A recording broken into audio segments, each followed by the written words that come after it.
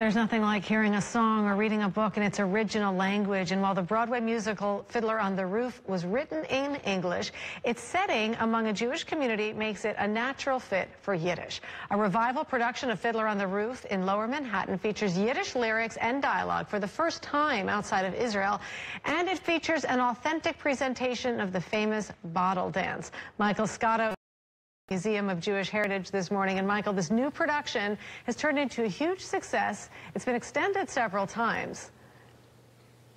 Yeah, Annika, it really has been a hit. It started in early July and it was supposed to last until the end of August, but they've extended it many times, and it is inside the Museum of Jewish Heritage. I'm on the stage right now where they perform, and this is really a fitting place for this particular production.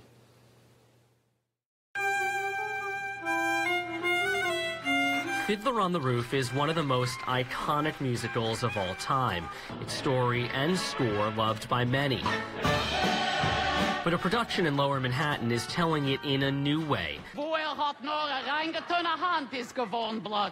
For the first time outside of Israel, it is being performed in Yiddish, the language that would have been spoken in Števko, the fictional shtetl in Fidler, which was based on real Jewish communities in Eastern Europe.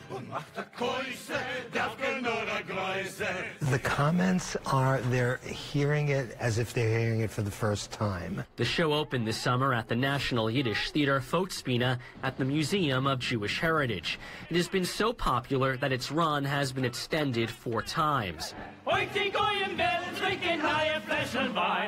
For the actors involved, the show came with 2 challenges, one large, one small.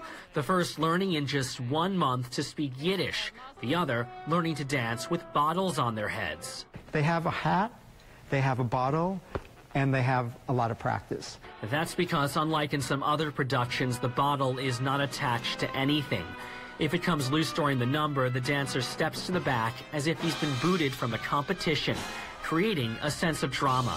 Should a bottle fall, that dancer can no longer continue with the dance. He has to step away, and someone hands the bottle to another dancer, and that goes and takes. So it's almost this shame. Dancer James Monroe Števko says it has never fallen from his head, in part because of a technique he has mastered to keep it in place. Everyone asks about the bottle, and I tell everyone that the bottle can smell fear. It's about breathing and being calm, because I find once I put the bottle on my head, you just have to leave your head in a certain position and be comfortable with it.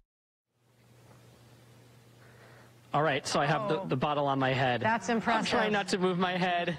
That's impressive. We're not going to have you dance right now. We're just going to appreciate the shot. But you did a great job last time. Can you tell us what the origin is of that dance? Tell us quickly where that dance comes from. I'm going to take this off. Okay. I hope we have a green screen of that. Because I can't. Okay, my neck. So it's not a traditional dance. I know a lot of people, they come to see Fidler, they think it's a traditional dance. It is not.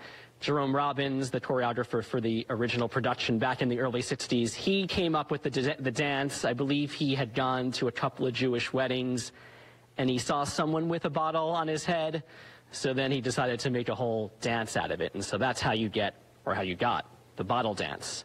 Which is a sight to behold, you as well as the professionals doing it. Michael Scotto, thanks for that this morning.